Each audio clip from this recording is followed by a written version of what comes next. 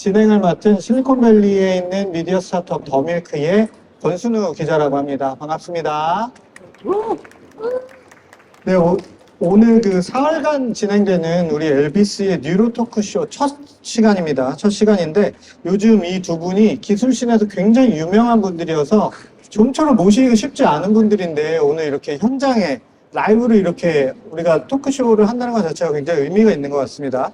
간단하게 제가 먼저 소개를 좀 드리고요. 그 다음에 자기소개할 수 있는 시간 제가 드리겠습니다.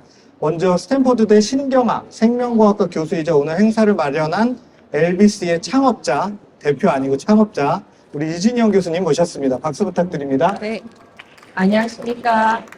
그리고 그 옆에는 실리콘밸리에 기반을 둔 미디어 스타트업 더밀크의 손재건 대표님 자리하셨습니다. 네. 반갑습니다. 네.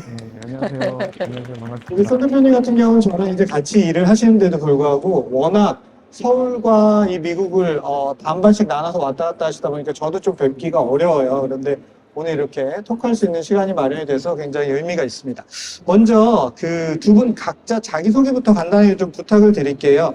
얼마 전에 우리 유재석 씨가 진행하는 유퀴즈 출연하셔서 굉장히 유명세를 타고 계시잖아요, 교수님. 그 스탠퍼드 교수님으로도 일하고 계시고 또 엘비스 창업도 하시고 지금 어떤 회사인지 또 어떤 기술을 개발하고 있는지 어떤 일들을 하고 계시는지 간략하게 설명해 주시면 좋을 것 같습니다. 네, 엘비스 부스에 와 계신데요. 엘비스는 제가 지난 15년 동안 한 연구를 바탕으로 창업한 회사고요. 뇌질환. 여러분들 가족이나 친척이나 어떤 친구분들 중에 뇌질환 있는 분들이 분명히 있으실 텐데 뇌질환은 전부 다 불치병입니다. 근데 그 불치병을 치료를 못하는 가장 중요한 이유가 뇌에 대한 정보를 이해할 수 없기 때문이라는 생각에 기인해서 뇌를 모델링하고 하는 연구를 저희가 한 15년 동안 했고 그것을 바탕으로 직접 환자들에게 맞춤형으로 뇌에 관한 정보를 이해해서 진단하고 치료할 수 있는 방법을 마련하는 기술입니다. 그래서 엘비스는 뇌 질환의 진단과 치료의 판도를 바꾸는 그런 회사라고 생각합니다. 네, 저희가 엘비스에 대한 자세한 이야기는 또 뒷부분에 또 이야기를 좀 나눠보도록 하고요. 네, 손재건 대표님 더밀크에 대해서도 간략하게 소개 좀 부탁드리겠습니다. 예, 더밀크는 엘비스와 같은 그런 유망하고 또 혁신적인 기업들이 미국에 많이 좀 있는 건 사실이에요. 특히 이제 실리콘밸리에 굉장히 많은 기업들이 있는데 그 기업들에 있는 엘비스와 같은 기업들을 또 한국어로 소개하는 역할을 또 하고 있고요. 또 한국에 있는 또 유망한 기업들이나 스타트업의 그런 소식을 또 미국으로 영어로 전달하는 그런 저희가 크로스보더 미디어입니다. 사실은 이게 크로스보더가 이제 국경을 초월하는 그런 역할이지 않습니까? 그런 의미지 않습니까? 그래서 저희도 본사는 실리콘밸리에 있고요. 그리고 오피스는 또 서울에 있는. 그래서 우리는 우리 국내 한국 최고 또는 크로스보더 미디어로는 저희가 아주 자부하고 있습니다. 네, 고맙습니다. 그러면 두 분의 창업 이야기를 좀 간략하게 들어보았으면 좋겠습니다. 먼저 이진영 교수님, 제가 이력을 좀 찾아봤더니 전기공학과 나오셨더라고요. 전기공학과 나오셨는데 의학도 또 독학으로 공부를 하시고 지금 신경학, 생명공학 교수가 되셨는데 그것도 스탠퍼드 교수가 되셨잖아요. 그리고 이제 창업까지 하셨어요. 뇌진단 솔루션이라고 아까 소개를 해주셨는데 이렇게 창업까지 하시게 된 이쪽 분야로 전기공학을 하시다가 이렇게 넘어오시게 된 계기가 좀 궁금합니다. 어떤 모티베이션을 갖고 어떻게 하다가 이 길까지 오게 되셨는지 네, 그 여정을 간단하게 좀 말씀해 주시면 어떨까요? 간단하게 말씀드리면 저는 서울에서 태어나서 자라서 서울과학고등학교 졸업하고 서울대학교에서 전기공학 전공하고 스탠퍼드에서 전기공학까지 박사를 마쳤는데 그때까지는 여러 가지 과학에 대한 호기심으로 내가 배우고 싶은 것들을 공부해 나가는 과정이었다면 제가 박사를 마칠 무렵에 저희 가족이 저희 외할머니께서 뇌졸중으로 쓰러지셔가지고 그러한 뭔가 진짜 내 삶의 중요한 일에 맞닥뜨렸을 때 이 문제는 정말 풀어야 되는구나 라는 깨달음으로 내가 할 수 있는 것이 무엇일까 했을 때 저는 전자공학도로서 회로를 분석하고 이해하는 일이 그때까지 많은 것을 배웠는데 뇌질환이 뇌는 회로라고 하더라고요. 뇌가 회로면 회로도 분석해서 무엇이 문제인지 찾아내고 그걸 맞춰서 고치면 되지. 왜 재활치료 이런 걸 하나 싶어서 그거를 바꾸기 위해서 연구를 완전히 전자공학에서 이제 뇌과학으로 틀게 됐고 제가 이 일을 한 목적은 뇌질환을 치료하기 위함이었는데 이제 연구실에서 하는 연구는 기본적인 연구를 바탕으로 엔드 프로덕트가 논문을 내는 겁니다. 근데 논문을 가지고 환자를 치료할 수는 없잖아요. 그래서 저희가 가진 기술들을 바탕으로 환자들을 직접 도와줄 수 있는 일을 하기 위해서 엘비스를 창업하게 됐습니다. 네, 고맙습니다. 손 대표님도 창업 계기 한번 이야기해 주시죠. 저희가 오늘 지금 실리콘밸리의 AI 산업 동향에 대한 이야기를 드릴 텐데, 우리 엘비스도 그렇고 더밀크도 그렇고 이제 실리콘밸리에 기반을 두고 회사를 시작하다 보니까 창업 계기를 좀 들어보는 시간을 좀 가져야 될 것 같더라고요. 그래서 여쭤보는 건데, 손 대표님도 제가 알기로는 회사에 자신 있게 사표를 던지시고 창업을 하셨다. 제가 이 말씀을 들었는데, 네, 그 스토리 한번 소개해 주시죠. 예, 저는 실리콘밸리에서 특파원을 했어요. 그리고 실리콘밸리 특파 3년 했고, 그 이전에는 또 스탠포드에서 방문연구원으로 있었고, 그때 이제 이준 교수님 처음 만났었고, 그리고 이제 실리콘밸리가 지금도 AI의 핵심 아닙니까, 사실은. 사실 그 이전에 뭐 클라우드 컴퓨팅, 그 이전에 모바일, 또 지금 앱 헤드쿼터 있는 회사들이 뭐 애플, 메타, 구글, 지금 오픈 AI 이런 혁신적인 회사들이 많은데 제가 굉장히 저는 기자 출신으로서 궁금했던 거는 그거였습니다. 아니 그런 그 위대한 회사 엔비디아 이런 위대한 회사들이 왜 거기만 있는가? 왜 거기에서 그렇게 많이 창업이 일어나고 회사가 계속 나오는가? 그게 너무 궁금했어요. 그렇다면 실리콘밸리는 왜 실리콘밸리인가? 그게 궁금했고 왜 그러면은 실리콘밸리에 있는 친구들은 뭐 IQ 평균 IQ가 160인가? 아니면 거기는 뭐 두뇌를 2개 갖고 다니나? 뭐 굉장히 궁금해. 그 비결이 뭐냐? 그래서 이제 특파원을 하다가 이제 다시 돌아와서 또 한국에 있기보다는 실리콘밸리가 지속적으로 혁신하는 거를 보고 또 그거는 이제 혁신은 사실은 전염된다고 저는 생각해요. 이노베이션 마인드셋은 앙트프레니어 마인드셋은 갑자기 저는 월급 잘 받는 사람이었어요. 근데 실리콘밸리 가보니까 창업을 굉장히 많이 하고 그리고 이제 또 이진영 교수님 같은 이진영 대표님 같은 훌륭한 분이 또 뭐 교수하다가 안주해가지고 뭐 어디 뭐 안진경 가고 뭐 이렇게 해가지고 전월 내고 뭐 TV 이런 게 아니고 창업을 해가지고 문제를 해결하겠다 그런 마인드셋과 그런 게 굉장히 노멀해요. 그래서 미국 자체가 사실은 기업가에 대한 존중 굉장히 많거든요. 기본적으로 사회 기업인에 대한 왜냐 그 나라 자체가 그런 그 기업가 정신이 충만한 나라인데 그런 와중에 더 한 지역이 실리콘밸리 지역이었고 제가 창업할 때 저는 한 20년 직장 생활하다가 때려친 거거든요. 얼마나 월급도 잘 나오고 근데 창업을 한다는 건 월급이 끊기고요. 무섭지 않으시나요? 그러니까 월급을 끊기고 가족이 있고 벌어놓은 게 많아요. 예 아니 뭐 버는 거보다는 그러니까 이런 그러니까 창업을 해야 한다라는 이성적으로 봤을 때 창업을 해야 한다라는 것보다는 창업을 하지 말아야 된다는 게 더 합리적인 의사결정이지 않습니까? 근데 그 동네는 비합리적인 의사결정을 많이 해요. 왜냐면 사실 스타트업도 90%가 실패합니다. 실패하는 데 막 뛰어드는 거야. 그리고 잘한다 그랬죠. 창업하면은. 그러니까 굉장히 비합리적인 의사결정을 할 수 있을 정도로 주변에서 자본 레이징 머니라고 하지 않습니까? 그래서 자본 스타트업 투자 그 다음에 네트워크 자문 이런 뭐 멘토링이죠. 그리고 그런 어떤 그 벤처 캐피탈 자체가 모순적인 단어예요. 벤처라는 단어와 캐피탈이라는 단어는 모순이죠. 벤처는 굉장히 모험이고 자본은 굉장히 안정적인 건데 그런 모순적인 동네가 실리콘밸리고 그런 모순적인 그런 마인드셋이 굉장히 전염되고 감염되고 그래서 나도 할 수 있다. Why not me? 이런 생각으로 창업을 하게 됐죠. 네. 파이팅! 네. 굉장히 약간 후회하시는 것 같기도 하고, 네. 요 얘기를 한번 밤을 샐까봐 다음 주제로 좀 네. 넘어가 보도록 하겠습니다.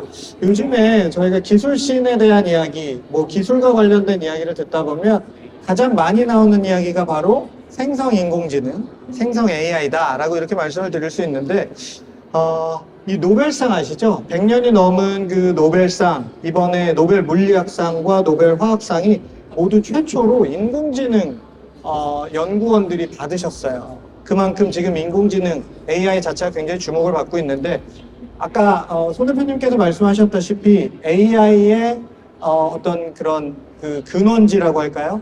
이런 가장 분위기가 적극적으로 움직이고 있는 곳이 바로 실리콘밸리 아니겠습니까? 최근에 손 대표님께서 보시기에 그 AI 기술로 가장 좀 주목할 만한 기업, 그다음에 주목할 만한 트렌드 어떤 것들이 있을지 한번 소개해 주시죠. 주목할 만한 기업은 뭐 단연코 뭐 오픈 AI죠. 왜냐면 오픈 AI 우리가 다 아는 그 오픈 AI지만 저는 아직 오픈 AI가 아직 많이 보여준 게 많이 없다고 생각을 합니다. 앞으로 보여줄 게 더 많고 2000년대 초반의 구글 느낌 뭐 이런. 왜냐면 그때도 상장했을 때 와 뭐 대박이다. 그다음에 뭐 구글이 뭐 야, 상장했네 뭐 이런 분위기였거든요. 저는 오픈 AI 보면서 앞으로 이 오픈 AI가 바꿔나갈 그런 세상들이 상당히 아직 시작이다라는 생각에서 우리가 아는 그 오픈 AI를 첫 번째 트렌드로 꼽고 싶고요. 네, 그리고 이제 뭐 거기에 있는 뭐 엔트로픽이라든지 많은 회사들이 또 주목할 만하고 퍼플렉시티 그죠? 퍼플렉시티도 상당히 주목할 만 합니다. 내년에 사실 중요한 트렌드 중에는 이 회사들이 다 지금 실리콘밸리에서 무엇을 지금 하고 있느냐 바로 AI 에이전트예요. AI 에이전트. 왜냐하면 AI 에이전트는 지금 우리가 앱 있지 않습니까? 스마트폰 키면 앱으로 뭐 누르고 앱으로 하는 것들이 이제 에이전트가 많이 대신해 줄 거고 심지어는 에이전트는 지금 사실 모바일 앱은 내가 모바일 앱 가입도 내가 해야 되고 모바일 앱에서 뭐 내가 하지 않으면 걔가 하는 게 없잖아요 사실은. 근데 이제 앞으로는 모바일 에이전트가 내가 하는 일을 앱에서 대신해 주기 때문에 앞으로 사실 이 에이전트라는 이름이 더 많이 우리가 듣게 될 거고 인터넷만큼의 파급력이 있을 뿐만 아니라 자동차도 당연히 AI 에이전트가 되고요. 그 다음에 냉장고 세탁기에도 다 에이전트가 들어가요 앞으로. 그리고 그게 다 서로 소통을 하게 돼 있어요. 제가 지금 말하는 게 그냥 시나리오가 아니고 그렇게 가게끔 돼 있어요 지금. 그러니까 앞으로 AI 에이전트라는 이름을 많이 내년부터 많이 듣게 될 것이고 인터넷의 새로운 이름이 에이전트라는 이름이 아마 될 겁니다. 그리고 저는 몇 가지 이제 프로덕트를 봤는데 상당히 놀랍고 그리고 많은 이제 AI 에이전트라고 내놓는 것들이 굉장히 많이 나올 거예요 내년부터. 그래서 그게 지금 거스를 수 없는 트렌드가 될 것이다. 그리고 거기에 따른 우리가 인터넷 나왔을 때 아날로그 20년 전에 인터넷으로 전환할 때 그죠? 집에서 홈페이지 다 만들고 개인 홈페이지도 나무 웹 에디터가 있었고 그 다음에 뭐 넷디앙 이런 것도 있었고 뭐 싸이월드 나오고 이렇게 지금 인터넷 비즈니스가 디지털 비즈니스 인터넷 뱅킹이 나오잖아요. 이제 에이전트가 되면서 새로운 페이지 인터넷 우리가 말하는 디지털 세상이 새로운 페이지로 들어가게 돼 있어요. 그러니까 많은 거기에 많은 기회가 또 있을 것이고 지금 현재 비즈니스를 부여잡는 것들이 레거시가 많이 될 거고 한번 큰 경변이 내년부터 좀 벌어질 것으로 예상을 해봅니다. 네. 그러면 이진용 교수님께 좀 질문을 드려볼게요. 실리콘밸리에서 그 생성 AI가 산업 전반에 지금 영향을 미치고 있고, 방금 손 대표님 말씀하셨듯이 이렇게 영향을 미치고 있는데, 이 바이오, 헬스케어 영역도 미친 영향이 굉장히 많지 않습니까? 실질적으로 일반인들은 잘 체감하기가 쉽지가 않아요. 그런데 실제 연구를 하시고 관련된 그런 프로덕트를 개발을 하고 관련된 기술을 연구하는 측면에서 AI가 어떻게 영향을 미치고 있는지 또 그 헬스케어 영역에서 어떤 영역에 지금 가장 빠르게 깊숙하게 AI가 투입이 되고 있는지 이런 부분들 좀 짚어주실 수 있을까요? 네, 우선 뭐 AI 모든 사람들이 다 관심이 있죠 지금. 그리고 손 대표님 말씀처럼 AI가 많은 것들을 변화시킬 거라고 기대하고 있는데 저는 약간은 의견이 달라요. 지금 현재 AI가 정말 놀랍고 하긴 하지만 약간 닷컴 버블 때처럼 뭔가 AI면 다 될 것 같은 약간 희망과 꿈에 부풀어 있지만 실제로 그런 것들이 될 수 있는 영역은 분명히 많이 있을 거고 그것을 좀 더 구체적으로 잘 찾아나가는 게 굉장히 중요한 상황에 현재 있다고 생각이 돼요. 그래서 손 대표님 말씀처럼 많은 변화가 일어나겠지만 버블에 속하는 현재 액티비티도 굉장히 많다고 생각이 되고 그런 가운데 이제 메디컬 영역은 굉장히 스페시픽한 영역인데 메디컬은 기본적으로 훨씬 더 어려운 점이 많아요. 왜냐면 모든 게 다 레귤레이션이 되어 있고 그렇기 때문에 또 컨서베티브한 영역이라서 뭔가를 바꾸는데 에포트이 더 많이 들어가는데 제 생각에는 그 스타트랙에 나오는 The Doctor 있잖아요. 그 덕터를 보면 이제 메디컬 트라이코더를 가지고 이렇게 싹 한 다음에 너는 여기가 문제네 하면서 그 덕터 에이전트가 다 고쳐주죠. 그래서 그 덕터 에이전트가 있고 메디컬 트라이코더에 해당하는 것들이 있는데 이제 그 두 가지 영역에서 여러 가지 에포트를 하고 있다고 생각이 되는데 저는 개인적으로 메디컬 영역에서는 그 에이전트보다는 그 트라이코더의 영향 그 임팩트가 더 클 거라고 생각이 듭니다.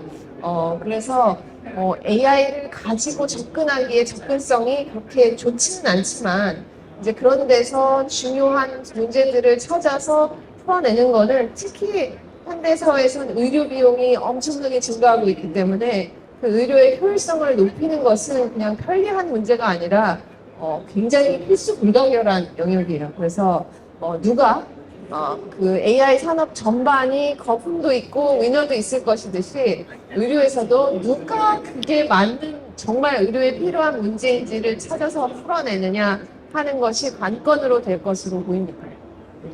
그러면 그 가능성에 대해서 이야기를 해주셨는데 엘비스가 어떤 가능성에 도전을 하고 있는지 좀 구체적으로 설명해 주시면 좋을 것 같아요. AI가 엘비스의 어떤 기술에 어떻게 지금 적용이 되고 있는지 또 그 뇌질환 진단 플랫폼 뉴로매치 개발을 또 하셨잖아요. 이게 어떤 방식으로 또 구동이 되고 이게 AI와 어떻게 접목이 돼서 어떻게 세상을 좀 바꿀 수 있는 기술이다라고 생각을 하시는지 그 설명 좀 부탁드리겠습니다. 뇌질환은 몇 가지 특징이 있는데 하나는 엄청나게 빠른 속도로 증가하고 있고 또 다른 하나는 그 엄청나게 빠른 속도로 증가하고 있는데 고치는 방법도 모르고 따라서 리소스가 부족해요. 의사나 환자를 돌볼 수 있는 리소스가 극심하게 부족합니다. 그런 상황이기 때문에 의료 현장에서 실제 문제들이 의료진이 부족한 거 그리고 비용이 엄청나게 많이 든다는 점 그리고 나서 또 이제 실제로 뇌에 대한 이해가 부족하기 때문에 그렇게 많은 비용과 스태프를 써서도 솔루션을 낼 수 없다는 점이 있는데 그런 것들을 저희가 해결하는 방안을 또 한 세 가지 정도를 생각할 수 있어요. 하나는 AI를 사용해서는 많은 이제 매뉴얼한 프로세스를 다 오토메이션을 시켜줘서 빠르고 값싸게 만들고 또 저희가 만든 솔루션은 전부 다 웹으로 만들었어요. 그렇기 때문에 웹으로 만들면 전 세계에 있는 의료적인 리소스를 더 이피션트하게 콜라보레이션을 통해서 서스테이너블하게 만들 수 있기 때문에 그것도 저희가 만든 솔루션이고 또 결정적으로는 저희가 지난 15년 동안 한 연구를 바탕으로 디지털 트윈을 만들 수 있는 기술을 개발을 했는데 그래서 그런 세 가지를 통해서 이제 뇌에 관한 진단과 치료를 완전히 다르게 혁신을 하려고 하는 기업입니다. 그래서 지금은 이제 이런 기술적 배경을 바탕으로 지금은 병원에 가시면 뭔가 내가 뇌에 문제가 있는 것 같은데 하면 뭐 할까요? 뭐 하는지 아세요? CT 찍죠. 네, 진단하는 거 아니에요? 진단을 CT나 어떻게 MRI? 할까요? MRI. 기억력이 저 좀 떨어졌는데 그럼 기억력 어떻게 진단하는지 모르시죠? 그 의사랑 상담합니다. 문진표 그냥 작성하거나. 문진표만. 네, 뇌의 기능을 알아내는 방법이 없어요. 그렇기 때문에 문제를 푸는데 제일 중요한 거는 문제를 이해하는 겁니다. 문제를 이해할 수 없기 때문에 풀 수가 없어요. 이제는 이제 여기에 저희 팀원이 이제 저희 뇌파를 찍고 있는데 이런 식으로 직접 뇌에서 나오는 정보를 바탕으로 뇌에 대한 건강검진부터 정밀 검사까지 가능하게 하고 그걸 바탕으로 너는 뇌에 이런 부분에 이런 문제가 있구나라는 진단을 하고 그렇게 진단을 하고 나면 어떻게 치료해야 되는지도 사실 상당히 명확합니다. 그래서 진단과 치료를 뇌에 관한 정확한 정보를 통해서 다시 할 수 있도록 하되 아까 말씀드린 것 같이 AI를 사용해서 자동화도 하고 웹을 사용해서 리소스 알로케이션을 굉장히 에피션트하게 만들기도 하는 그러한 플랫폼 테크놀로지이기도 합니다. 들어보니까 네. 거의 한 2, 30년 후에 노벨상 갈 만한 그런 이렇게. 이렇게 오래 기다렸어요. 왜냐면 2, 더 30년 빨리. 뒤에 주더라고. 더 빨리 받으시는 걸로. 더 빨리. 네. 농담입니다. 그 기술을 개발하는 것과 많은 스타트업들이 이제 기술을 갖고 창업을 하잖아요. 창업을 하고 기술 연구를 하고 개발을 받고 투자를 받고 하는데 이제 정말 시장에 맞는 그 시장에 맞는 핏을 찾고 그 시장으로 침투하는 문제는 또 다른 문제잖아요. 네. 어떤 그 레귤레이션 측면도 있고 지금 엘비스의 이 뉴로매치 플랫폼을 어떻게 시장으로 좀 접근하고 계신지 어떻게 시장에 넣기 위한 프로세스를 가고 계신지 설명해 주실 수 있을까요? 네, 뭐 안 하고 있는 게 없다고 할 수 있을 것 같아요. 네, 저희는 정말로 연구실에서 하는 아주 베이직 사이언스부터 여기 계시는 저희 지인께서는 제가 연구실에서 쥐실험하는 것도 보고 그러셨는데 네. 뒤에다가 정수를 막 꽂아. 네. 막 돌리시. 이렇게 정말 아주 베이직 사이언스에서 시작해서 클리니컬 연구까지 다 하고 15년 정도 걸렸죠.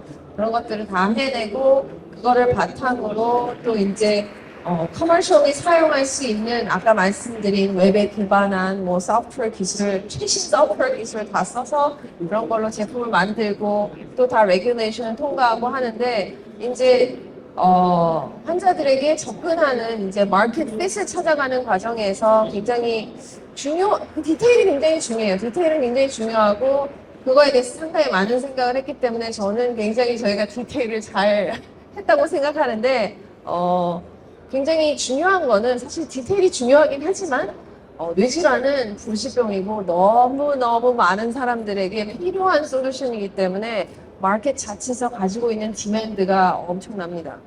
그래서 크게 잘못하지 않으면 괜찮다고도 볼 수 있는데 저희가 지금 접근하는 방법은 현재 두 가지예요. 하나는 뭐 여러 가지 뒤에 단에 구성을 하고 있는 것들이 있지만 지금 현재는 여러분들에게 뇌 기능을 한 번씩 측정해 볼 수 있는 지금 뇌 기능 검진 하는 방법이 없잖아요. 그래서 그런 건강검진 솔루션을 제공하고 또 다른 한편으로는 이제 각 질환에 대해서 직접 이제 정밀검진을 필요해서 병원에 갔을 때 할 수 있는 것들을 아주 대형 병원에 가도 의사 선생님들을 만나기도 어렵고 이제 그 정보를 분석하는 것도 어떻게 보면 사람이 할 수 있는 한계에 의해서 디지털 트윈 같은 기술은 없는 것들을 가능하게 하는 기술을 널리 공급할 수 있도록 해서 많은 병원들에 이제 자동화 솔루션들이 제공되니까 많은 병원들에서 직접 가셔서 디테일한 정보를 받고 그거에 따라서 치료를 받을 수 있는 것까지 아주 건강검진에서부터 치료까지를 다 디지털 트윈을 통해서 해결을 하는 거죠. 그래서 지금 현재의 상황은 어떻게 보면 IT로 따지면 뭐 처음에 뭐 웹이 생겼는데 서치 엔진이 없는 것과 비슷한 시대에 살고 있어요. 뇌는 아무것도 몰라요. 그런 상황인데 이제 이런 뉴럴매치 같은 뇌 안을 직접 들여다보면서 할 수 있는 기술들을 통해서 이제 새로운 시대를 열어갈 수 있을 거라고 생각이 됩니다. 네, 고맙습니다. 더밀크로 살짝 넘어가 보겠습니다. 더밀크는 미디어잖아요. 미디어 업계의 AI는 어떤 영향을 미치고 있는지 뭐 기자들 내보내야 된다든가 뭐 좀 어떻게 실제 미디어 환경에서 어떻게 좀 반영을 하고 계시고 어떤 변화를 체감하고 계신지 또 소개해 주시면 좋을 것 같습니다. 사실 뭐 생성 AI가 제일 임팩트 큰 산업이 미디어 산업이잖아요. 왜냐면 글을 써주고 그림을 그려주고 그리고 영상을 만들어주고 또 손으로 입력하는 게 아니라 말로 입력하고 또 듣고 그 자동으로 생성하고 이 모든 것들이 다 미디어 행위인데 미디어 행위를 인간이 했던 미디어의 행위를 다 자동화해서 AI가 할 수 있다는 것 자체는 상당히 미디어의 그냥 미디어 itself죠. 그래서 어떻게 보면 생성 AI 기술이지만 생성 AI 그냥 현재로서는 생성 AI 미디어 기술이다라고 보여지고 그렇기 때문에 지금 저희 내부에서도 많은 POC도 하고 좀 해봤는데 그리고 이게 이제 그런 그림하고 이제 현실하고는 좀 많이 다르더라고요. 현실은 실제로 이게 새로운 프로덕트 만들면은 오픈 AI에서 더 좋은 거 나오고 이게 만들었던 게 내가 레가시가 되는 거예요. 그렇다고 막 오픈 AI나 이런 거 갖다 쓰면 좋은데 데이터가 다 그걸로 가는 거잖아요. 그래서 기업들이 그 내재화가 잘 안 되고 기업들이 굉장히 고민이 많은데 미디어 영역이 지금 제일 고민이 많고 특히 이제 특히 영화 제작도 미디어인데 영화 제작에 있어서는 인력이 상당 부분 줄었죠. 그래서 할리우드 같은 경우는 AI 파업을 실제로 작년에 진행을 했고 올해도 임팩트가 좀 있고요. 그리고 작가들도 마찬가지고 그런 측면에서 보면은 그냥 그 자체가 그 디스럽티브라고 하잖아요. 파괴적 혁신 디스럽티브 테크놀로지이기 때문에 지금 많은 영역에서 변화를 줄 수밖에 없다 생각을 합니다. 그리고 두 번째로는 이게 이제 생산성을 높이죠. 저희 같은 경우도 예전에 두 명이 할 일을 한 명이 하고 있죠. 실제로 리포트 초안을 작성하는 거라든지 그 다음에 그림을 작성하는 거라든지 이런 것들은 저희가 예전에 사람을 고용을 해서 했다면 지금은 그런 게까지 필요 없기 때문에 내부 생산성은 한 두세 배 정도 늘어날 수 있어서 저는 지금 방송사나 광고 에이전시 미디어 관련된 거 방송사, 신문사, 미디어 에이전시 또 영화사 사람이 너무 많은 거예요. 레거시들이요. 신문사 지금 하나 신문사 여기도 신문사 대구에서 신문사 많거든요. 500명, 600명씩 있어요. 한 회사에. 그럴 때 10명이면 돼, 솔직히. 10명은 좀 심하고. 그러니까 굉장히 방송국도 마찬가지고. 위험한 말씀.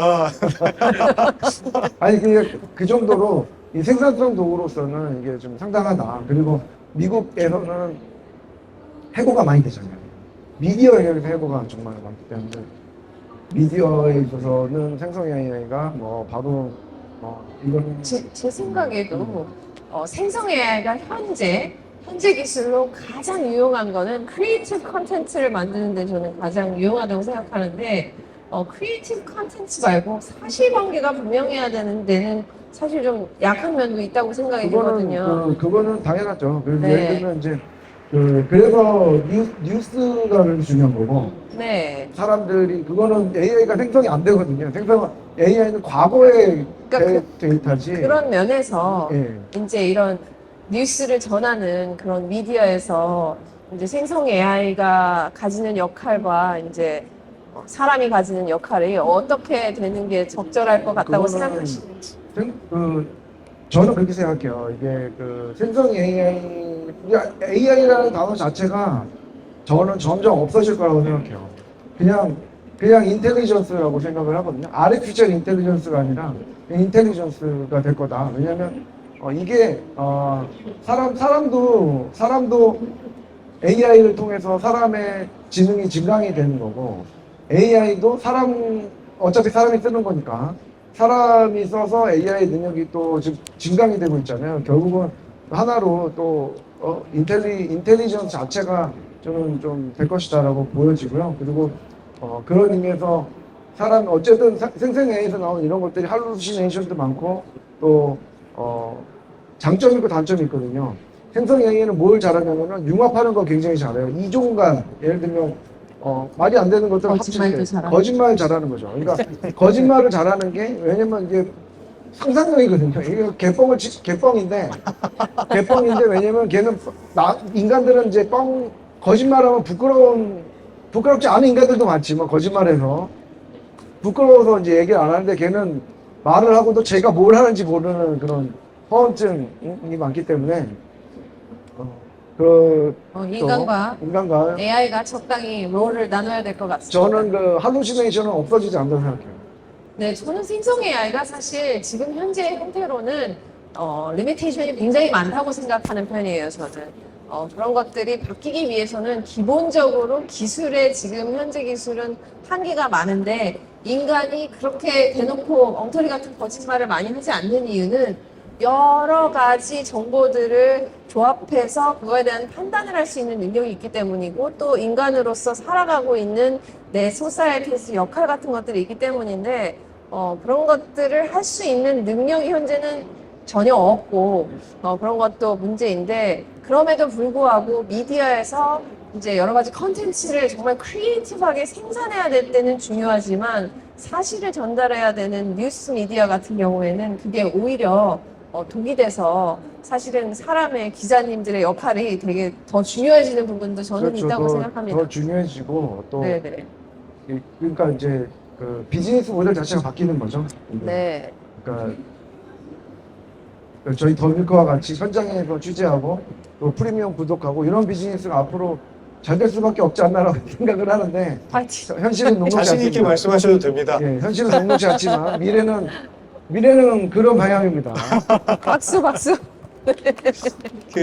제가 오늘 두 분이랑 말씀 나누면서 조금 한 가지 얻은 인사이트는 지금 AI가 적용되는 영역이 미디어와 헬스케어 분야잖아요. 그래서 그 AI가 적용되는 그 한계나 가능성을 보시는 눈도 조금씩 다르신 것 같기도 해요. 하지만 그것들이 어쨌든 임팩트를 미칠 만큼 굉장히 영향을 주고는 있다라는 그런 일관된 목소리가 좀 나오는 게 아닌가 그런 생각이 들고 저희가 지금까지는 실리콘밸리에서 바라본 어떤 AI 트렌드의 변화, 업계의 변화를 이제 이야기를 했다면 지금 미국에서 저희가 또 활동을 하지 않습니까? 미국에서 봤을 때, 미국의 현장에서 봤을 때 한국의 AI 전략, 한국의 AI 대응은 어떻게 되고 있는가 좀 이 부분에 대해서 이야기를 나눠보고 싶은데요. 손 대표님, 저희가 지난주에 트렌드쇼를 통해서 이 주제로 또 이야기를 나눠보기도 했는데 지금 한국의 AI 대응 전략 앞으로 좀 어떤 방향으로 가야 될까 이런 부분에 대한 이야기 좀 해주시면 좋을 것 같습니다. 그러니까 사실 그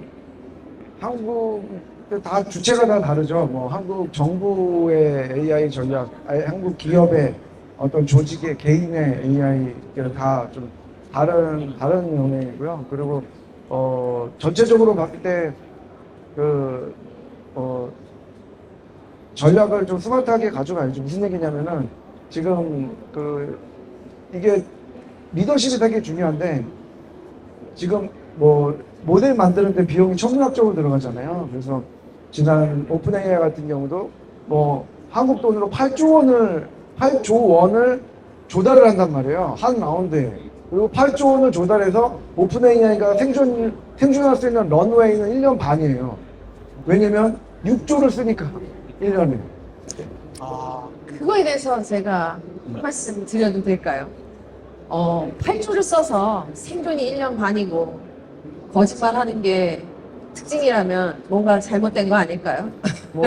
그래서 저의 생각은 사실은 지금의 현재 생성 AI가 굉장히 AI의 가능성을 보여주고 많은 걸 하는 점에 있어서는 굉장히 놀랍고 많은 사람들을 임프레스 시키기도 하고 두려움에 떨기도 하고 있는데 저는 두려움보다는 약간 저거 아닌데 라는 생각이 더 강합니다. 그래서 8조가 들어서 1년 반 동안 몇 가지 기능을 하는 게 사실 그게 유용한 건지 그런 거에 대해서 굉장히 생각을 해보게 되는데 저는 지금 오픈 AI가 하는 트렌드를 따라가는 거는 뱁새가 황새 쫓아가다 가랭이 찢어지는 일이고 그렇게 하기보다는 사실은 아까 말씀하실 때 오픈 AI가 이제 앞으로 구글 같은 회사가 될 것이라고 생각하신다고 하셨는데 저는 그렇게 생각하지 않아요. 왜냐하면 그 기술이 물론 선두에 있기 때문에 다음 차세대 기술을 확보할 가능성이 높다는 점이 있긴 하지만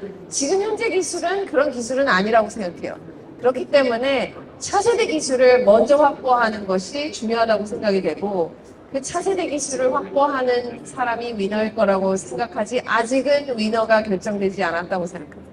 아직은 위너가 나오지 않았다. 유저가 네. 결정하기에는 아직 너무 얼리죠. 지금 앞에 초입이기 때문에 앞으로 또 오픈 AI를 또 뺨치는 회사가 당장할 수도 있고 아까 이제 국가 전략 얘기, 한국의 대응 방안 얘기하다가 중간에 좀 멈췄는데 저는 거의 이제 사실은 AI 기술과 모델이 그냥 그 R&D 영역부터 뭐 그러니까 5G 끝나면 6G R&D하고 또 그 다음 기술을 찾아서 하는 그런 정도가 아니고 이거는 거의 그 내셔널 세큐리티 영역으로 국가안보의 영역으로 거의 가지 않습니까? 그리고 AI 뭐 데이터 센터도 마찬가지고 AI 기술을 얼마나 확보하느냐에 따라서 이제 나라로 치면은 국가 경쟁력, 기업으로서는 기업 경쟁력이 다 결정이 되기 때문에 리더십을 가지고 좀 자원의 일단 우리가 무한한 자원을 만들 수 없어서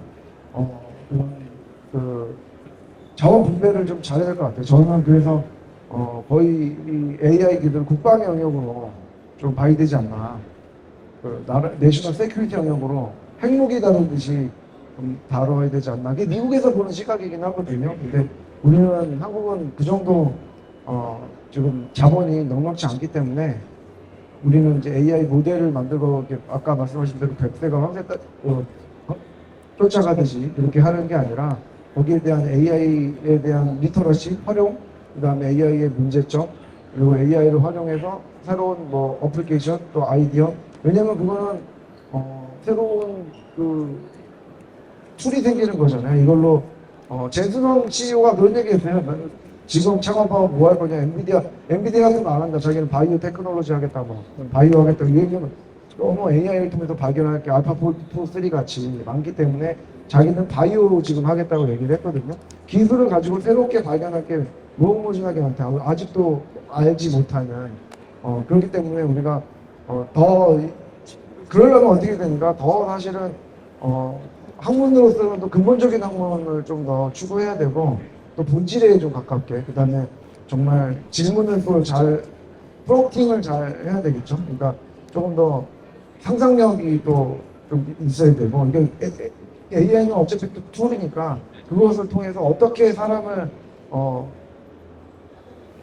삶을 이롭게 하게 만드는가 거기에 초점을 맞춘다면은 국가면 국가, 조직이면 회사 다 좀 기회가 다 널려 있지 않을까 저는 생각을 합니다. 네, 이진영 교수님께 여쭤볼게 헬스케어 분야 좀 어떻게 보시는지 지금 미국에서 본 한국의 헬스케어 업체들, 디지털 헬스케어 업체들 많이 좀 나오고 있잖아요. 이 트렌드 좀 어떻게 보시는지 앞으로 좀 어떻게 이런 분위기들이 전개될 걸로 보시는지 그런 부분에 대한 인사이트 좀 공유해 주시면 좋을 것 같습니다. 아까 말씀드린 것처럼 헬스케어는 트랜스포메이션이 일어나지 않으면 국가를 붕괴시킬 수 있는 정도로 비용이 많이 증가하고 있어요. 특히 이제 미국에서는 더욱더 비용이 큰데 이제 사실 뭐 한국도 마찬가지죠.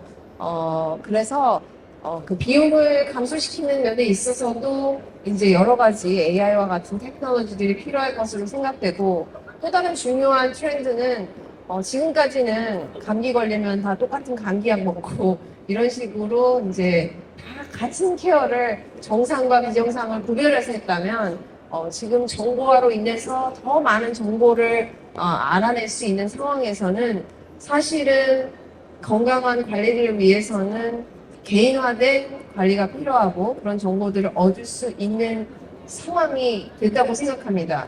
그런 면에서 이제 또 디지털 헬스케어 테크놀로지에 관해서는 이제 개인화된 정보를 관리하는 데 있어서 클래커 하겠죠.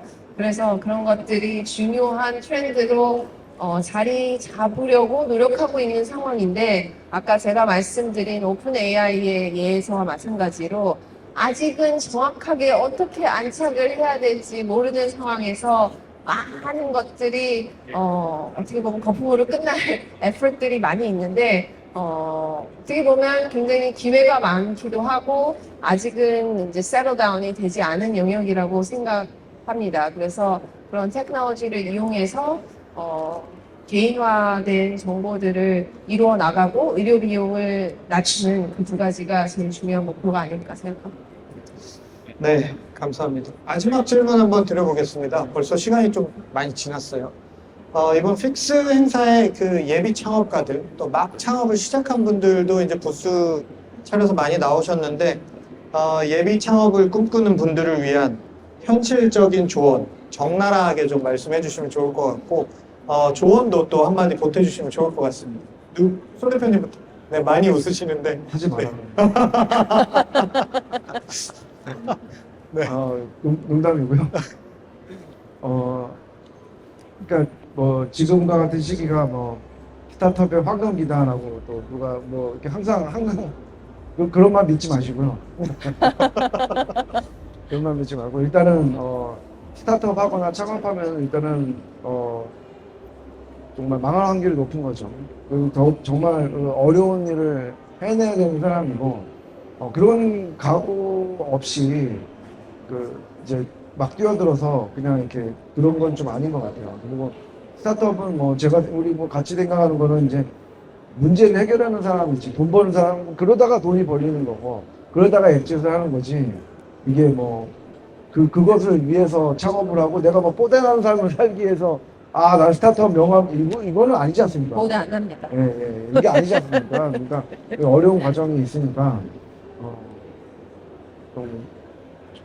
조금 더 앙트프리너십 이런 게 정말 더 중요한 시기 같다. 오히려가 진짜 기업가 정신이 제일 절실한 시기이고 대신에 과거보다 좋은 거는 훨씬 더 툴이 좋아졌잖아요. 그러니까 창업하기 좋은 환경이라는 거는 이제 예전에 비해서 훨씬 사스 서비스도 많기 때문에 그냥 무료까지는 아니지만 저렴한 비용으로 쓰면 되고 오피스도 저렴한 데가 많고 그래서 시작하기는 굉장히 좋은 환경이 되어 있는 것은 AI 기술도 있으니까 그렇기 때문에 지금 그러니까 그럴수록 아이템이나 혁신 요소를 잡는 게 중요한데 그게 그러니까 좀 더 근본적인 질문을 좀 하고 문제 해결 중심의 사고를 해야 그런 결과가 나올 수 있지 않을까 생각합니다.